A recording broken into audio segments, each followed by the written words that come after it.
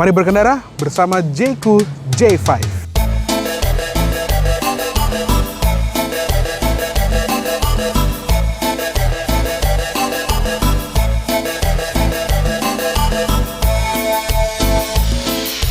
Ya, ini merupakan mobil yang kemarin sempat bikin geger satu Indonesia, terutama di dunia otomotif kita ya, karena ada sebuah EV berbentuk SUV yang juga lumayan cakep, panjangnya 4,4 meter dan punya jarak tempuh hampir 500 km, tapi harganya nggak sampai 300 juta. Ya, ini dia mobil tersebut. Bahkan pada awal peluncurannya di bulan November 2025 lalu, harganya itu benar-benar mantep gitu ya. Yang tipe bawah, yang varian standar itu di 249,9 juta rupiah, atau hanya beda sedikit dengan LCGC varian atas atau saingan dari Cina juga, yaitu BYD atau One. Nambah sedikit, kita udah dapat mobil yang satu kelas di atasnya. Dan di varian atasnya waktu itu di 299,9 juta rupiah. Seperti yang gue bilang, 300 juta kurang sedikit. Dan pada saat kita syuting di 2026 ini, harganya memang sudah naik sedikit ya, di 309,9 juta rupiah. Tapi itu nggak membuat Jayco kehilangan konsumen ya, karena pas kita syuting ini aja, antriannya tuh masih banyak banget buat mobil ini. Bahkan temen gue juga udah ada 2 orang yang punya mobil ini, dan bahkan satu lagi masih dalam proses SPK. Jadi emang semenarik itu mobilnya. Tapi kita sih belum pernah coba mobil ini dari pertama kali dia launching sampai pas kita syuting ini. Jadi kalian kita coba juga ya, apakah mobil ini se-worth it hype-nya gitu. Nah, mungkin orang akan suka mobil ini karena tampangnya yang bisa dibilang cakep gitu ya, minimalis dengan lampu yang modelnya tuh sipit seperti ini, sangat streamline, sudah LED juga walaupun sennya masih bohlam, dan di bagian tengahnya sini logo Jayco-nya tuh dikasih cover akrilik bening, jadi terlihat lebih mewah gitu ya. Dan Jayco J5 sebetulnya dia punya versi yang hybrid dan juga yang versi ICE biasa. Dia pakai grill yang konvensional. Dia ada garis-garis chrome-nya. Waktu itu kita pernah lihat di China. Tapi untuk yang versi EV, dia tampangnya seperti ini. Bumpernya tuh full sampai nutupin grillnya. Bahkan hampir bisa dibilang nggak ada grill ya. Dia cuma ada airdam di bagian bawah. Dan kalau misalnya ini kurang menekankan kalau ini sebuah mobil listrik, di sini ada logo BEV yang menandakan kalau ini yang versi elektrik gitu ya. Ada sensor parkir juga di bagian pojok, dan ada kamera di depan, di bagian samping, dan di bagian belakang. Jadi dia ada kamera 360 juga. Dan untuk mobil EV 300 jutaan seperti ini ya, dia juga sudah ada ADAS yang cukup komplit. Ada adaptive cruise control, lane keep assist, dan lain-lain. Jadi harganya terlalu murah kayaknya ya. Nah, sekarang kita lihat ke bagian sampingnya. Di sini kita menemukan velg yang juga cakep gitu ya modelnya. Dia 18 inci, tapi yang desainnya tuh ketutup seperti ini. Jadi ya khasnya mobil EV biar lebih aerodinamis dan menambah jarak tempuh ya. Ukuran bannya 235/55R18. Jadi kurang lebih ini mirip seperti saudara sebangsanya, yaitu Chery C5 atau Omoda 5, yang dimana ya dia platformnya juga mirip-mirip. Bahkan ukuran baterai dan tenaganya itu juga mirip dengan Omoda 5. Nah, di sini juga ada charging portnya. Sudah elektrik, not bad juga, keren. Dan ada colokan AC Type 2 dan DC CCS2. Kalau di klaimnya Jayco ya, dia tuh bisa sampai 130 kW untuk DC chargernya. Tapi kemarin kita coba, dia cuma mentok di 96 kW. Jadi nggak sekencang yang diklaim, tapi nggak yang pelan-pelan juga. Dan yang gue suka juga di bagian samping sini ya, dia ada karakter lain yang tegas banget sampai ke lampu belakang. Jadi terkesannya cukup lebar gitu ya mobilnya, walaupun dia nggak selebar itu. Spion juga cukup konvensional letaknya, dia ada kamera di bawah, blind spot monitoring, door handle ini juga rasanya cukup mantep walaupun dia nggak ada keyless entry sayangnya. Jadi untuk masuk kita bisa mengandalkan sistem smart key-nya. Jadi dia punya yang approach unlock dan walk away lock. Tapi kalau misalnya kita nggak suka fitur itu dan dimatiin, ya udah cara masuknya harus pakai pencet di remote. Nah, di atas juga untuk yang varian premium ini dia ada roof rail, dan dia model atapnya juga floating roof ya di bagian belakang. Sekarang kita lihat belakangnya yuk. Bagian belakangnya juga bisa dilihat ya, minimalis, dan dia punya lampu yang seakan-akan menyambung dari kanan ke kiri, tapi Dia hasilnya cuma panel hitam seperti ini aja dengan logo Jayco di bagian tengah sini. Ada emblem J5 di sebelah kiri dan ada emblem EV yang juga menandakan kalau ini yang varian EV. Walaupun ya so far di Indonesia baru yang EV aja gitu ya. Nah di bagian kaca belakangnya juga ada defogger belakang, wiper juga tersembunyi di balik spoiler dan ada high mount stop lamp juga di spoilernya. Sensor parkir 4 titik walaupun entah kenapa di unit yang kita ini dia warnanya hitam gini ya. Mungkin untuk yang unit lain dia warna body atau mungkin yang unit yang awal-awal gitu ya. Karena ini yang punya Jayco Indonesia juga agak terakhir unitnya. Nah untuk bagasinya juga bisa dilihat ya, untuk mobil under 4,4 meter masih bisa dibilang sangat lega. Dia juga full mengotak sampai pinggir sini dan juga di bagian bawah lantai bagasinya ini juga sebetulnya ada ruang yang cukup untuk ban serep. Tapi entah kenapa Jayco tuh nggak ngasih ban serep kayak yang versi bensin yang di luar. Kalau misalnya ini yang versi hybrid yang ada akinya di belakang, mungkin make sense. Tapi untuk yang versi EV karena akinya pindah ke depan lagi kayak versi bensin konvensional, sebetulnya bisa banget ditaruh ban serep di sini. Tapi sayangnya nggak ada, hanya repair kit aja. Dan di bagian sebelah kiri dan kanan ini juga ada ruang terbuka ya. Jadi kayak misalnya mau belanja sapo tahu seperti ini bisa taruh di sebelah kiri. Dan di sebelah kanan di unit kita ini ada semacam official accessories yaitu subwoofer dengan logo Jayco. Ya harusnya dia bisa meningkatkan kualitas audionya sedikit. Oke, untuk di bagian belakang segitu aja. Sekarang kita lihat ke interiornya. Nah, masuk ke kabin baris kedua dari Jayco J5. Ternyata kabin belakangnya juga cukup lega ya. Bahkan kalau dibandingin sama temen sebasisnya yaitu si Chery Omoda 5, ini berasa jauh lebih lega gitu ya. Karena dia punya panoramic roof yang besar dan headroomnya secara jarak memang juga lebih lega. Ini kebetulan lagi dibuka ya. Dan kalau lagi dibuka, dia tuh benar-benar lega. Nih, tinggi gue 170 cm, masih ada jarak lebih dari 5 jari. Jadi untuk overall headroom dan legroom itu juga lebih superior dibandingin Omoda 5 yang bentuknya tuh lebih mengkupe gitu ya. Nah, soal legroom juga dia masih ada 4 jari di belakang posisi berkendara gue ini. Jadi duduk di belakang ini bisa buat 2 orang dewasa dan 1 anak kecil di bagian tengah. Kenapa gue bilang gitu? Karena di bagian samping kiri dan kanan dia tuh kayak ada support pahanya yang lebih panjang. Sedangkan untuk yang di bagian tengah ini nggak ada. Jadi kalau orang dewasa duduk di tengah sebetulnya bisa aja, cuman pasti akan lebih pegel dibandingin yang di kiri dan kanannya. Terus juga di belakang amenitiesnya not bad ya, karena di sini ada ventilasi AC yang bisa diarahin kiri dan kanan seperti ini. Ada 1 buah USB Type-C, 2 buah seatback pocket di kiri dan kanan, dan juga ada armrest dengan 2 buah cup holder, dan juga tingginya tuh pas sejajar dengan yang ada di bagian pintunya. Lalu untuk di bagian Isofix di sini ada 2 juga ya, kiri dan kanan.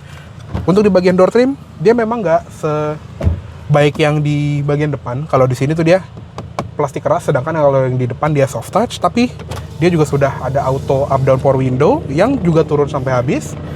Lalu dia ada stitching warna biru juga di belakang sini, bahkan sampai ke jok juga ya. Nah untuk headrest juga bisa dilihat di sini ada 3 buah headrest. Jadi sebetulnya bisa emang untuk 3 orang, tapi untuk orang dewasa sebaiknya 2 aja gitu. Karena di tengahnya tadi untuk penumpang pahanya tuh agak kurang panjang, beda sama yang di kiri kanannya. Oke, sekarang kita pindah ke kabin depan. Nah ini dia interior depannya dari Jayco J5 EV. Memang secara sekilas mobil ini tuh tidak mencerminkan harga 300 juta ya. Ini berasa mobil yang sedikit lebih mahal, tapi emang sih beberapa panel itu berasa banget kayak ini something bukan yang dari Eropa gitu ya. Berasa banget kulit-kulitnya itu ya, kayak berasa sintetis gitu. Jadi mungkin karena untuk menekan harga biar dia di 300 jutaan aja, dia memang terlihat cakep, tapi beberapa kualitasnya tuh bukan yang paling prima gitu. Beda sama misalnya Chery Tiggo 9 yang harganya udah 700 juta gitu. Itu memang berasa mewah, tapi untuk di sini ya mewah aja gitu. Jadi fit and finishnya memang bagus, banyak soft touch, tapi bukan material yang berasa mewahnya. Ini kayak agak sedikit apa ya, sedikit fake gitu. Tapi nice thing to have lah gitu. Bukan yang plastik keras juga gitu. Nah, setirnya ini juga modelnya cukup cakep karena dia ngambil dari Omoda 9 yang dimana kayak ada panel garis-garis piano black gitu di bagian bawahnya, dan pengaturannya juga enak nih. Dia bisa tilt dan teleskopik yang jaraknya cukup jauh. Lalu untuk di bagian tombol setirnya Ini juga sama seperti beberapa model Cherry Group ya. Di sebelah kiri ada adaptive cruise control, speed limiter, dan di sebelah kanan juga ada tombol untuk pengaturan audio dan untuk MID. Nah, untuk MID-nya sendiri memang dia agak sedikit low range gitu ya, karena yang dikomentarin banyak orang juga adalah instrument clusternya yang pakai layar dot matrix, bukan layar LCD berwarna seperti yang ada di luar negeri. Ya, memang secara tampilan ini sederhana, tapi secara informasi ini tuh lebih dari cukup, karena dia ada odometer, speedometer, gear indicator, persentase baterai dan sisa jarak tempuhnya berapa, dan mode berkendaranya kita lagi apa, dan juga ada persentase power meternya. Jadi udah lebih dari cukup. Emang tampilannya kayak motor-motor elektrik gitu ya, tapi informasi jelas. Jadi menurut gue sih, kalau gue pribadi nggak ada yang di komplain gitu. Nah, untuk di bagian balik setir ini juga ada combination switch yang sama seperti beberapa produk Cherry Group gitu ya. Lampu senya di sini, ada wiper dan juga wiper belakang. Gear shifternya di sebelah kanan, jadi tinggal injak rem, dorong ke bawah untuk drive, ke atas untuk reverse, dan tombol parknya ada di ujung, dan netralnya ada di tengah-tengah. Di sebelah kanan sini juga ada tombol lampu yang juga sudah auto headlamp, dan ada rear fog lamp, sama ada tombol untuk membuka bagasi belakang. Nah, di bagian tengah juga ada head unit yang mereka bilang tuh waterfall effect ya, karena layarnya tuh layoutnya portrait seperti ini, dan dia tuh bukan yang kayak tablet ditempel, tapi melainkan kayak agak sedikit rebah ya. Jadi di belakang head unit itu kayak ada tempat untuk naruh barang gitu. Nah, dia ukurannya sekitar 12,3 inci. Ada Apple CarPlay, Android Auto yang dua-duanya wireless. Ada kamera 360 juga yang ada 3D mode, jadi bisa lebih jelas lagi untuk memantau kondisi di luar mobil. Dan juga ada AC yang dual zone, jadi kiri kanan itu bisa dibedain suhunya. Walaupun kita kemarin baca-baca di threads gitu ya, ternyata untuk yang NIK 2026 itu katanya kehilangan AC dual zone ini dan juga heater. Jadi mungkin itu bisa nanti kita cross check lagi, tapi setidaknya unit yang kita coba ini ya, yang di rakit di akhir 2025 masih ada fitur tersebut. Dan juga AC-nya juga komplit dengan ventilated seats untuk kedua jok depan, jadi bisa nyalain pendingin jok juga. Dan pengaturannya juga komplit, kayak dari ngatur sunshade atas itu mau dibuka beberapa titik itu juga bisa, terus juga untuk pengaturan chargingnya seperti apa, dan panel ADAS-nya atau menu ADAS-nya itu juga komplit, jadi bisa kita atur sedemikian rupa. Dan ada ambient light juga, walaupun dia cuma di kabin depan aja, di belakang nggak ada. Dan sisanya ini juga cukup straightforward gitu ya, cukup komplit untuk sebuah mobil EV yang ukurannya besar, tapi harganya 300 jutaan kecil aja. Dan bahkan dia juga masih ada sedikit tombol fisik ya di bagian bawah, kayak tombol central lock seperti ini, tombol lampu hazard, dan tombol mode berkendara, ada eco, normal, dan sport. Di bawahnya ada dua tempat taruh handphone, tapi yang satunya wireless charger dengan ventilasi, dan ada dua buah cup holder seperti ini yang entah kenapa dia diagonal, jadi bisa buat naruh dua minuman. Center console juga besar, dan di bagian kolong center console ini juga ada ruang terbuka lagi yang ada port USB-A dan USB-C. Ya, sisanya cukup normal ya untuk sebuah mobil dengan harga 300 jutaan, tapi yang nggak normal itu adalah dia EV, yang dimana harusnya dia lebih mahal dibandingin mobil konvensional gitu ya. Oke, sekarang kita coba aja rasa berkendaranya gimana. Karena dengar-dengar sih mobil ini kan sempat jadi paling laris di Indonesia beberapa waktu lalu. Sekarang kita coba apakah rasa berkendaranya setinggi jumlah penjualannya. Mari berkendara dengan Jayco J5 EV. Oke, mari berkendara bersama Jayco J5 EV. Jadi seperti apa rasa berkendara dari SUV paling populer dari Jayco ini? Yang pertama kali ingin gue komentarin itu adalah posisi berkendaranya, karena ini bisa dibilang hampir sempurna sih. Jadi posisi duduknya tuh enak gitu ya, nggak terlalu tegak, nggak terlalu selonjor gitu, untuk mendapatkan posisi berkendara yang pas. Dan juga support pahanya itu cukup panjang, jadi untuk orang yang punya kaki yang lebih panjang dibandingin torso itu akan lebih enak gitu ya, seperti gua gini, ini pas gitu ya. Dan juga karena dia punya pedal gas yang model organ, itu juga turut membantu, karena posisi pedal gasnya itu juga pas gitu ya, begitu pula dengan pedal rem, dan juga footrestnya cukup lebar, dan setirnya juga pas. Jadi kenapa gue bilang pas, karena kemarin waktu liburan tahun baru kemarin ya, kami tuh juga pernah nyoba Chery Tiggo 9 yang dimana bisa dibilang itu kayak produk Chery yang salah satu yang paling mahal gitu ya, udah 700 jutaan. Tapi untuk badan gue ya, at least ya, dia tuh kayak kurang center si setirnya, jadi dia lebih ke kiri gitu loh. Mungkin kayak apa ya, kayak bawa mobil jadul yang setirnya tuh nggak di tengah-tengah dada. Kalau ini tuh pas gitu ya, jadi dari horn pad ke dada tuh pas gitu. Ini yang menurut gue sangat bagus gitu ya untuk harga segini. Dan juga untuk posisi spionnya ini juga jarang ada yang notice, tapi gue beberapa kali notice. Di rata-rata sih emang mobil China ya, karena mereka biasanya dari setir kiri, dan mungkin mereka entah males untuk ngubah spion left hand drive ke right hand drive, itu kadang pandangannya beda. Jadi untuk yang spion tengah itu tuh kayak kurang keluar. Nah kalau yang di J5 ini spionnya tuh pas, dia bisa bener-bener ngilangin body, walaupun tergantung preferensi orang ya. Kalau gue tuh lebih suka yang si spionnya tuh agak keluar dan nyisain bodinya tuh sedikit aja, biar blind spotnya lebih sedikit. Tapi di sini tuh bisa gitu, nggak semua mobil China tuh bisa kayak gini, tapi ternyata dia bisa. Jadi bagus Jayco itu, jarang yang ada yang notice, tapi ternyata di sini bisa dihilangkan gitu ya, apa namanya, stigma seperti itu yang sebelumnya yang gue bilang tadi. Nah selanjutnya adalah powertrain dari mobil ini, karena yang jadi highlight tuh sebetulnya itu ya. Jadi si Jayco J5 ini punya baterai yang cukup besar ya, di 60,9 kWh, dan baterai itu mentenagai motor listrik di roda depan. Dia 210 PS dan 288 Nm. Itu gede sih sebetulnya untuk sebuah mobil 300 jutaan kecil gitu ya.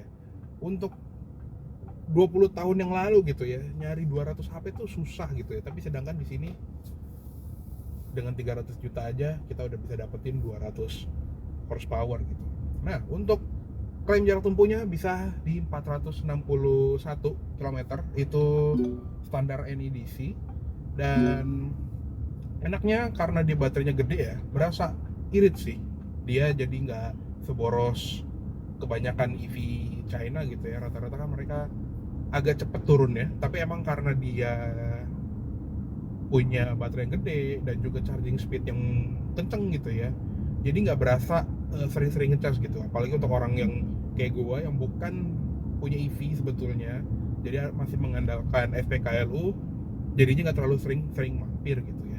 Kemarin kita coba di SPKLU yang mesinnya 120 kW gitu ya, itu bisa sampai 96 kilowatt untuk DC chargingnya.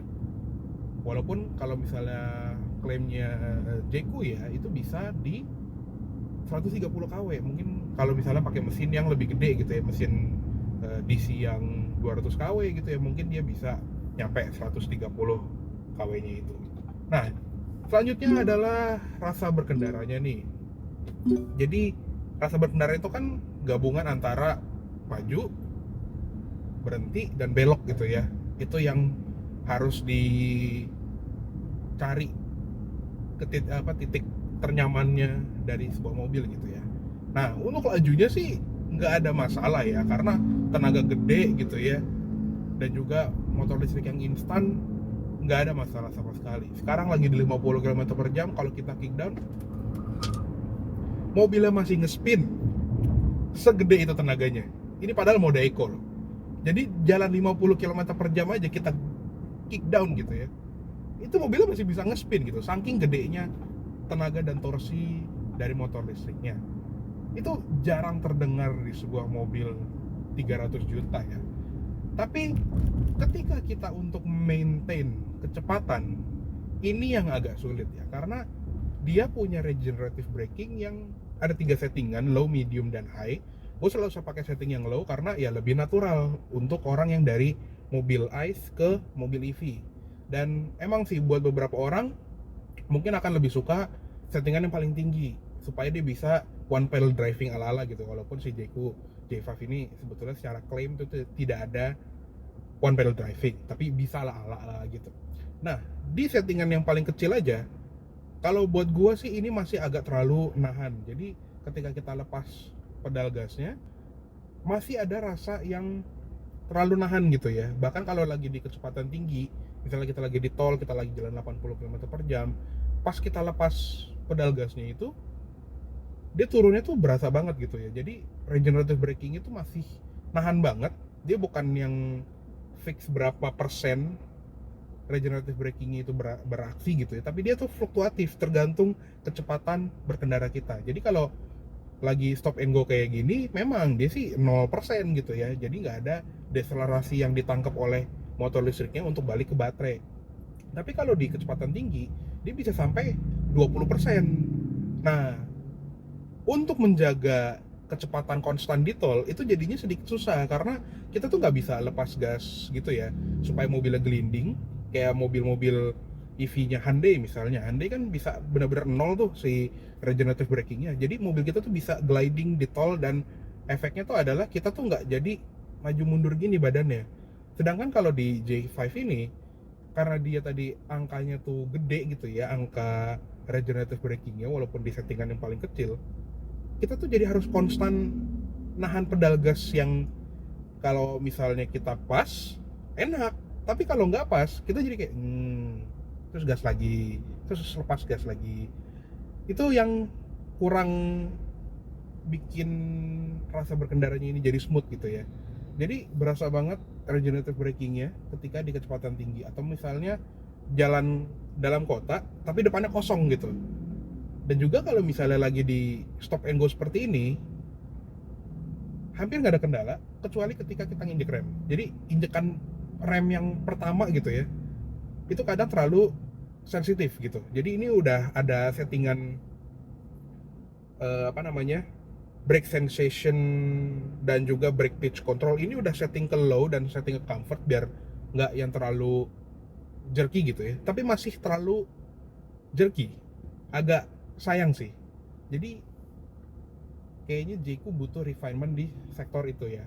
Regenerative braking yang nggak terlalu agresif dan juga pedal rem yang nggak terlalu sensitif gitu. Karena sebetulnya untuk pengendara normal ini sudah cukup pakem gitu ya. Nggak perlu sepakem ini. Tuh, ini injekan sedikit aja, kayaknya cuman 20% gitu ya. Injekan pedal remnya tapi berasa gitu. Antara kita injek sedikit dan injek banyak tuh hampir nggak ada bedanya gitu. Jadi agak sayang sih untuk feel pedal remnya dan juga regenerative braking itu masih butuh improvement lagi kalau dari gua. Tapi tergantung orang juga ya. Mungkin ada yang suka dengan gaya berkendara seperti ini, tapi kalau gue sih ini masih kurang smooth ya. Tapi ya kembali lagi harga 300 juta, what do you expect gitu ya untuk mobil sekomplit ini gitu. Dan selanjutnya adalah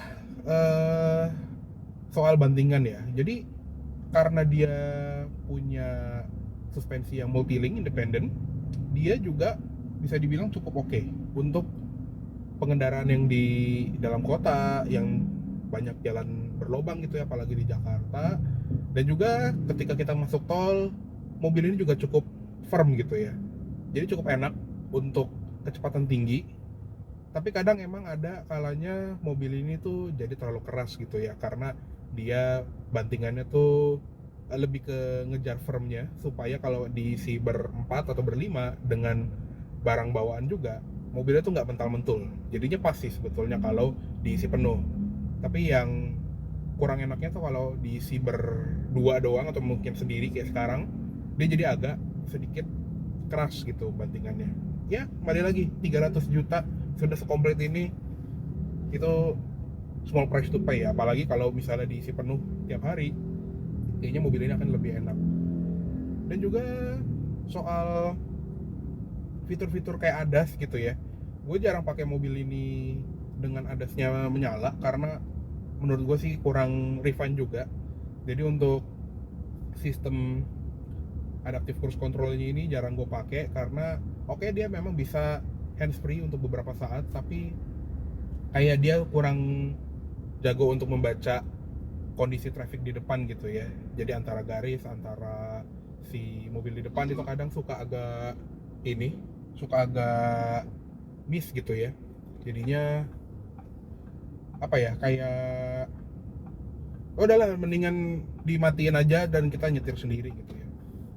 Paling gitu aja sih kalau menurut gua. Ya kembali lagi 300 juta udah fitur sekomplit ini, untuk mengharapkan ADAS yang benar-benar smooth sih kayaknya too much ya.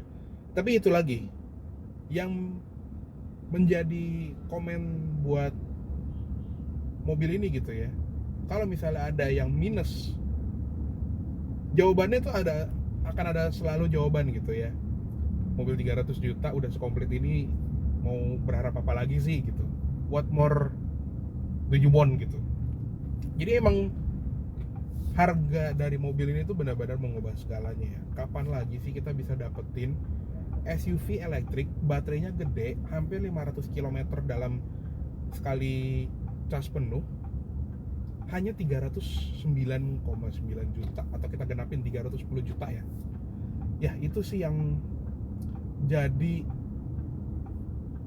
topik utama dari mobil ini, dan akan selalu menjadi topik utama karena semenjak ada mobil ini dengan harga segini gitu ya, rasanya tuh banyak EV lain tuh yang jadi kayak kok jadi mahal gitu ya. Bahkan kayak kemarin gitu, mobil ini kan launchingnya tuh nggak beda jauh dengan Chery J60 ya, yang dulu kita bilang kayak J6 dapat SUV AWD nggak nyampe 500 juta, oke gitu ya. Tapi sekarang dengan harga yang masih mirip-mirip sama J6 yang lama gitu ya, cuma nambah sedikit, jadi berasa mahal gitu. Jadi dia bisa bikin saudaranya tuh jadi kerasa overpriced.